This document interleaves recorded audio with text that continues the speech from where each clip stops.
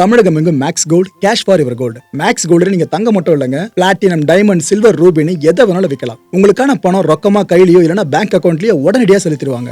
Market மதிப்பை விட 100 ரூபாய் ஒரு கிராமுக்கு உங்களுக்கு கூடுதலாக கிடைக்கும். தமிழ்நாடு முழுக்க டோர் ஸ்டெப் சர்வீஸும் இவங்க ப்ரொவைட் பண்றாங்க. உங்களுக்கு கோல்ட விற்கணும்னு அதுக்கு ஒரே ஒரு பெஸ்ட் பிளேஸ் மேக்ஸ் கோல்டு தான். கால் 04445454545.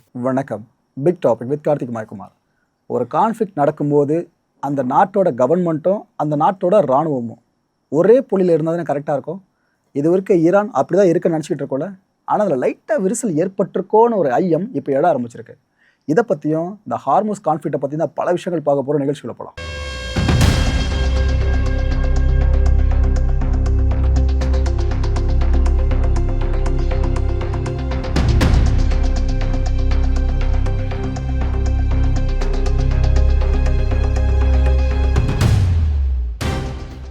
ஒரு வழியாக இந்த ஹார்மோஸை கம்ப்ளீட்டாக ஓப்பன் பண்ணுறோம் அப்படின்ட்டு ஈரான் ஃபாரின் மினிஸ்டர் சொல்லிட்டாரா?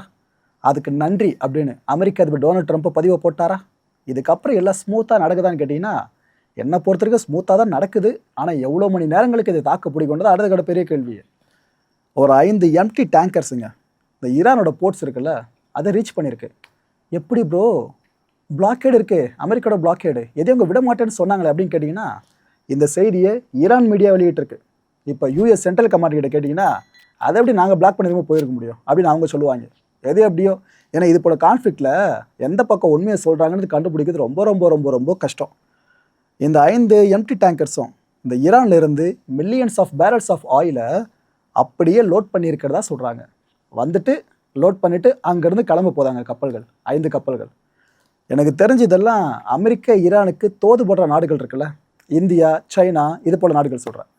அந்த நாடுகளோட சரக்குகளாக இருந்துச்சுன்னா மேபி 2 தரப்பை விட்டுடலாம். அப்படி இல்லைனாக்கா இது ஜஸ்ட்டு அவங்களோட கௌரவத்தை கொஞ்சம் உயர்த்துற மாதிரி அவங்களா போட்டுக்கிட்ட செய்தியாக இருக்கலாம். சரி, ரைட்டு விடுங்க. ஆனால் ஒன்றுங்க, இந்த ஹார்மோஸ் இருக்குல்ல, இது இப்போ கம்ப்ளீட்டாக ரீஓப்பன் பண்ணப்பட்ட பிற்பாடு அங்கே டிராஃபிக் நல்லாவே போய்கிட்டு இருக்கு. முன்னாடி இருந்த அளவுக்கு ஆக ஓகோன்னு இல்லைனாலும் ஓரளவுக்கு ஓகேன்ற மாதிரி இருக்காங்க டிராஃபிக்கு.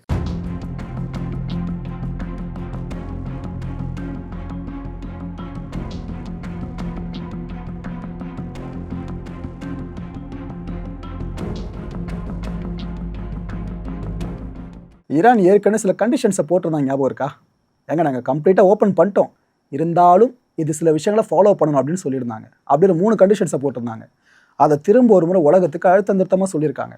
அதில் முதல் கண்டிஷன் என்ன சொல்கிறாங்க, கமர்ஷியல் ஷிப்ஸ் மட்டும்தான் அங்கே போகணும், மற்றபடி மிலிட்ரி ஷிப்ஸ்லாம் ஒன்றுமே அங்கே இருக்கக்கூடாதுன்னு சொல்லிட்டாங்க. அதுலேயும் குறிப்பாக கூடுதல் இணைப்பு என்ன தெரியுமா, அமெரிக்காவுக்கு தொடர்புள்ள கப்பல்களோ இல்லைனா இஸ்ரேல் நாட்டுக்கு தொடர்புள்ள கப்பல்களோ அந்த பக்கமே வரக்கூடாதுன்ட்டாங்க. ப்ரோ இது என்ன அநியாயமாக இருக்குது? சரி, அந்த 2 நாடுகளோட கப்பல்கள் மட்டுமா கேட்டிங்கன்னா, அந்த நாடுகளுக்கு அலைஸாக இருப்பாங்க பார்த்தீங்கன்னா, அவங்களையும் சேர்த்து சொல்கிறாங்க. இதாங்க பெருங்கூத்து. எதுக்கு ப்ரோ இது போல் பண்ணுறாங்க ஈரானு கேட்டிங்கன்னா, அமெரிக்கா பண்ண விஷயத்த சொல்கிறேன், அப்போ தான் ஜஸ்டிஃபை பண்ண முடியும். அமெரிக்கா பிளாக்கேடை ஃபுல்லாக எடுக்கலை தெரியுமா? ஈரான் சார்ந்து எந்த ஒரு ஈரான் ஃப்ளாக் ஷிப்பாக இருக்கட்டும், ஈரான் கூட ட்ரேட் பண்ணுறதுக்கான மற்ற நாடுகளோட ஷிப்பாக இருக்கட்டும், அங்கே வரக்கூடாதுன்னு அமெரிக்கா பிளாக் பண்ணி உட்காந்துருக்கு. அப்போ ஈரான் பண்ண இது சரியாக தப்பாங்க? சொல்லுங்க, ரைட்டு. 2வது விஷயம் என்ன சொல்கிறாங்க, இந்த கப்பல்கள்லாம் இங்கே ஈரான் டெசிக்னேட்டடாக எந்தெந்த ரூட்ஸை சொல்லுதோ அந்த ரூட்ஸை மட்டும்தான் ஃபாலோ பண்ணி போகணுன்றாங்க. மற்ற ரூட்டு பக்கம் திரும்பக்கூடாதுன்னு சொல்கிறாங்க. இது ஒருவேளை அந்த கப்பல்களோட நல்லதுக்காக கூட இருக்கலாம். ஒன்று மைன்ஸ் அப்படின்ற டேஞ்சர், இன்னொரு பக்கம் அமெரிக்காவோட பிளாக்கேடு. மேபி இதை மைண்டில் வச்சு கூட அவங்க இந்த கண்டிஷனை போட்டிருக்கலாம். 3வது கண்டிஷன் என்ன சொல்கிறாங்க, இந்த கப்பல்கள்லாம் டிரான்சிட் ஆகுதுல்ல, அப்போ கோஆர்டினேட் பண்ணணும். பார்த்தீங்கன்னா ஏதோ ஒரு ஃபோர்ஸ் வந்து கோஆர்டினேட் பண்ணணும்ல, அது ஈரானியன் ஃபோர்ஸாக மட்டும்தான் இருக்கணும். மற்ற ஏதோ ஃபோர்ஸை சொல்லுது அது இதுன்னா நீங்கள் ட்ரை பண்ணிடாதீங்கப்பா, பிரச்சனை அப்புறம் உங்களுக்கு தான் வெடிக்கும். அதனால் பார்த்துங்க, கோஆர்டினேஷன் ப்ராசஸ் ஃபுல்லாக எங்கே ஆர்ம்டு ஃபோர்ஸஸ் பண்ணும் அதை மட்டும் நீங்கள் ஃபாலோ பண்ணுங்கன்னு சொல்கிறாங்க. இதில் ஒன்று மட்டும் புரியல, யூரோப் இப்போ எந்த பக்கம்? ஏன்னா அமெரிக்கா கழட்டி விட்டு யூரோப் ஒரு தனி அமைப்பை உருவெடுக்க ஆரம்பிச்சிட்டாங்க. நம்மளே பார்த்துப்போம் மைண்ட்ஸை ஃபுல்லாக கிளியர் பண்ணுறதுக்கு அப்படின்ட்டு. இப்போ அவங்க ஈரான் பக்கம் சாஞ்சிட்டாங்கன்னு நினைக்கிறதா? இல்லை இவ்வளோ காலமாக அமெரிக்கா கூடயே இருக்காங்களே, நேட்டோவில் முக்கியமான அங்கத்தில் வர இருக்காங்களே, அப்போ அமெரிக்கா பக்கம்னு நினைக்கிறதா? ஈரான் இப்போ யூரோப்பை எப்படி கன்சிடர் பண்ண போகிறாங்கன்றதான் அடுத்த பெரிய கேள்வியாக இருக்குது. ஒன்று அலைஸாக இருக்க முடியும், இல்லைனா எனிமீஸாக இருக்க முடியும், அவ்வளோதான். நடுவில் மீடியேட்டர்ன்ற வார்த்தைக்கு அங்கே அர்த்தம் இல்லை. அர்சேனியோ டொமிங்கியூஸ், இந்த ஐஎம்ஓ இருக்குல்ல, இன்டர்நேஷ்னல் மேரிடைம் ஆர்கனைசேஷன், அதோட செக்ரட்டரி ஜெனரல், இவர் இப்போ என்ன சொல்கிறாரு, ஷிப்பிங் இண்டஸ்ட்ரி இப்போ கொஞ்சம் எச்சரிக்கையாக இருக்கணும்னு சொல்கிறாருங்க. முக்கியமான விஷயம். ஏன்னா என்ன தான் அமெரிக்கா ஓகேப்பா ஓப்பன் பண்ணது தேங்க்ஸ் ஹார்மோஸ் சார்னு சொன்னாலும், ஈரான் கம்ப்ளீட்டாக ஓப்பன் பண்ணிட்டோன்னு சொன்னாலும் ஐஎம்ஓ சொல்கிறது இல்லைப்பா ஷிப்பிங் இண்டஸ்ட்ரி கொஞ்சம் உஷாராக இருங்க. ஏன்னா ஈரான் இப்போ கிளைம் பண்ணியிருக்குல்ல ஹார்மோஸ் ஓப்பன் பண்ணுறது சார்ந்து. இது எப்போ இம்ப்ளிமெண்ட் ஆகும் அவங்க சொல்லிடுவாங்களே இப்போ ஆயிடுச்சுன்னு. அப்போ உண்மையிலே இம்ப்ளிமெண்ட் ஆகிருக்குமா? இப்படி 1000 குழப்பங்கள் இருக்குது. அதெல்லாம் நாங்கள் பார்க்கணும். கொஞ்சம் எல்லாம் உஷாராக இருங்க. ஏன்னா இன்னும் 20,000 சீஃபரர்ஸ் அவங்க நிலைமை பரிதாபங்க. ரொம்ப ரொம்ப ரொம்ப அண்டர் ரேட்டட்னு சொல்லலாம். இவங்களை உயிரை பணையம் வச்சு வேலை பார்ப்பாங்க சீஃபரர்ஸ்லாம். ஆனால் அவங்களுக்கு அங்கீகாரம் உலகம் முழுக்க பெருசாக கிடைச்ச மாதிரி தெரியல. கிட்டத்தட்ட 20,000க்கும் மேற்பட்ட சீஃபரர்ஸ் ஹார்மோஸ் பகுதியில் இருக்காங்களாம். உயிரை கையில் பிடிச்சிட்டு கப்பல்கள் இருக்காங்க.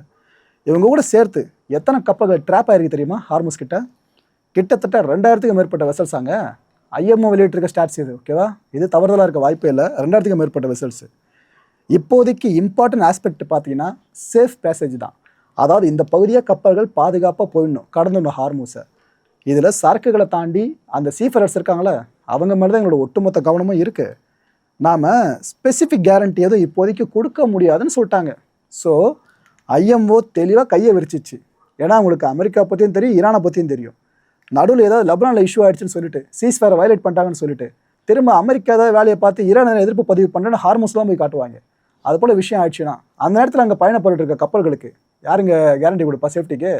அதான் ஐஎம்ஓ எப்பயோ சொல்லிடுச்சு, எப்பா நாளை பின்னா நடந்தால் எங்களை கேட்காதீங்க, இந்த மூமெண்ட்டில் எங்களால் எந்த கேரண்டியும் கொடுக்க முடியாதுன்ட்டாங்க. Okay right.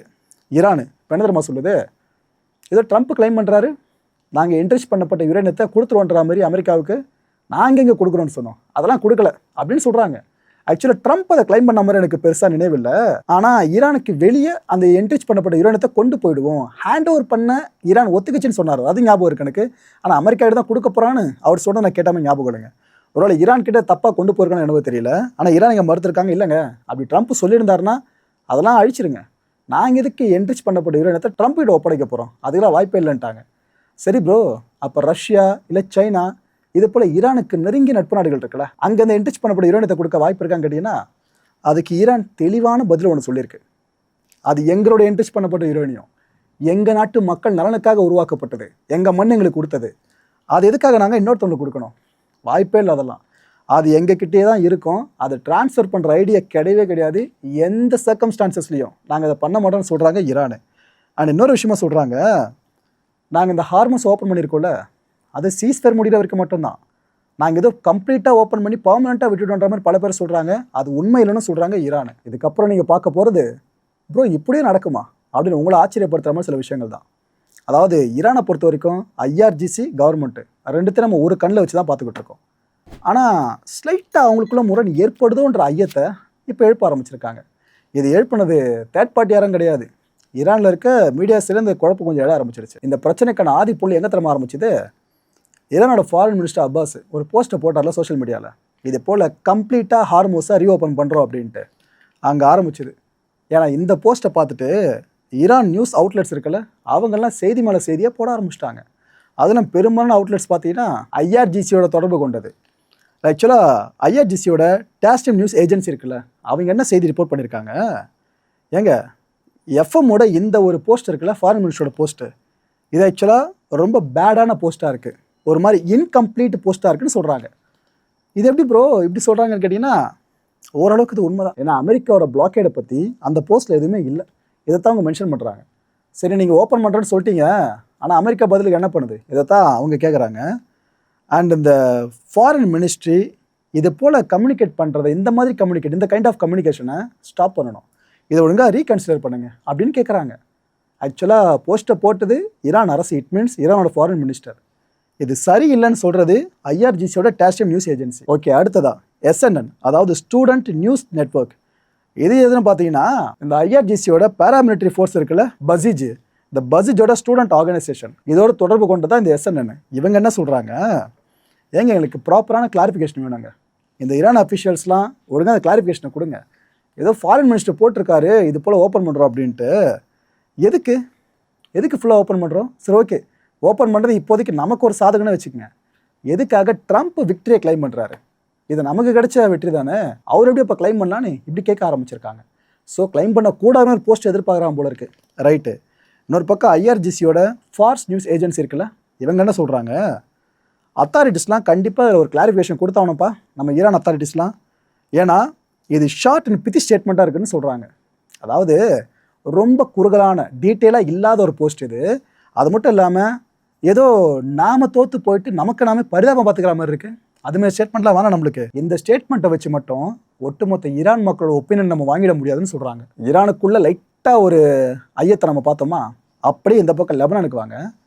Lebanon state media இப்போ என்ன செய்தி ரிப்போர்ட் பண்ணியிருக்காங்கன்னா, இஸ்ரேல் இங்கே ஏர் ஸ்ட்ரைக்கை பண்ணியிருக்கு. அவங்க ஆக்குபை பண்ணிட்டு வெளியேற மாட்டேன்னு சொன்னாங்களே, அந்த பகுதியில் வச்சு ஒரு ஏர் ஸ்ட்ரைக்கை பண்ணியிருக்காங்க. ஒருத்தரை கொன்னுட்டாங்கன்னு ஒரு செய்தியை போட்டிருக்காங்க. மறந்துடாதீங்க, 10 நாட்கள் சீஸ்ஃபயர் அங்கே அனௌன்ஸ் பண்ணப்பட்டிருக்கு லெபனனில். அதுக்குள்ளே இது போல் நடந்துச்சுன்னா அவங்க ரிப்போர்ட் பண்ணியிருக்காங்க. அந்த பர்சன் ஒரு அராபாங்க, அவரை ட்ரோனை வச்சு கொண்டிருக்கிறதா சொல்கிறாங்க. அதுவும் இந்த அட்டாக்ல 3 பேருக்கு காயம் பட்டிருக்கிறதாவும் ஹைவேல வச்சு இந்த விஷயம் நடந்திருக்கிறதா அவங்க நியூஸை பப்ளிஷ் பண்ணியிருக்காங்க. இந்த நியூஸில் பார்த்தீங்கன்னா எந்த அளவுக்கு உண்மைத்தன்மை இருக்குன்றத ஐடிஎஃப்பும் சொன்னாதான் புரியும். ஸோ ஐடிஎஃபோட ஸ்டேட்மெண்ட் என்னவா இருக்குன்றதை நம்ம பொறுத்திருந்து பார்ப்போம். ஏன்னா இவங்க சைடில் இந்த நியூஸை சொல்லிட்டாங்க, ஐடிஎஃப்பும் சொன்னா கரெக்டாக நம்ம நிலைப்பாடு வர முடியும், காத்திருப்போம். சிபிஎஸ் நியூஸு இவங்க என்ன செய்தி ரிப்போர்ட் பண்ணியிருக்காங்கன்னா, அமெரிக்காவோட அதிகாரிகள் குழு இருக்குல்ல, இதை நெகோஷியேட் பண்ணுறவங்க, இவங்க சில நாட்களுக்குள்ளேயே வித்தின் டேஸில் பாகிஸ்தானுக்கு கிளம்பி போக வாய்ப்பு இருக்கிறதா சொல்கிறாங்க. எதுக்காக? 2ஆம் சுற்று பேச்சுவார்த்தைக்காக பாகிஸ்தான் கிளம்பி போக வாய்ப்பு இருக்கிறதா சொல்கிறாங்க. பாகிஸ்தான் கேபிட்டல் இஸ்லாமாபாத் இருக்குல்ல, அங்கே போகிறது வாய்ப்பு இருக்குன்னு சொல்கிறாங்க. இந்த நெகோஷியேஷன் பார்த்தீங்கன்னா மண்டே போல் இனிஷியேட் பண்ணப்படலாம்னு ஒரு நல்ல செய்தியாகவும் சிபிஎஸ் நியூஸ் இப்போ வெளியிட்டிருக்காங்க. மக்களே, இந்த சீஸ்ஃபயர் முடிகிற டேட் இருக்குல்ல, அது பக்கத்தில் வந்துச்சு ரொம்ப. இந்த மண்டேன்ற டைம் சொன்ன பார்த்தீங்களா, இதுக்குள்ளே எல்லாத்தையும் பேசி முடிச்சு ஒருவேளை இறுதி முடிவு எடுக்கப்பட்டு டீல் சைன் ஆகுதுன்னு வைங்க, உலகம் முழுக்க அதுதான் ஒரு கொண்டாட்டத்துக்குரிய தினமே. எதிர்பார்ப்போம். இப்போதைக்கு தகவலாக இதை வெளியிட்டிருக்காங்க. இது உண்மையாக நடந்துச்சுன்னா மனசார வாழ்த்துவோம் எல்லாருமே.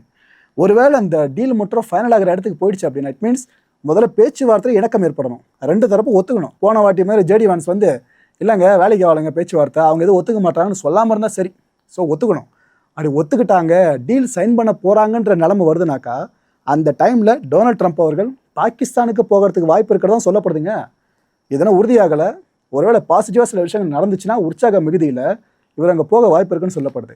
மக்களை இந்த கான்டென்ட்டை பொறுத்தவரைக்கும் மனசு ஒரு வினா இருக்க முடிஞ்ச அதுக்கான பதில்களை கீழே கமெண்ட் செக்ஷனில் கமெண்ட் அழிவு பண்ணுங்கள். இது நடக்கும் நீங்கள் நினைக்கிறீங்களா? டொனால்ட் ட்ரம்ப் அவர்கள் பாகிஸ்தானில் கால் பதிப்பார்னு நீங்கள் நினைக்கிறீங்களா?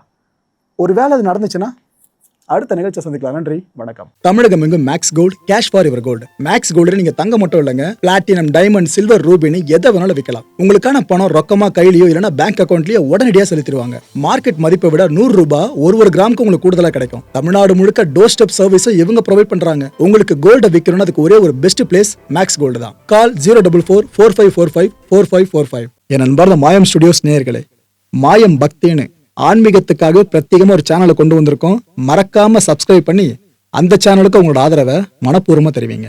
வணக்கம் மாயம் ஸ்டுடியோஸ் நண்பர்களே. மாயம் ட்ரெண்ட்ஸ் அப்படின்ற ஒரு புதிய ஃபேஸ்புக் பேஜை ஓப்பன் பண்ணியிருக்கோம்.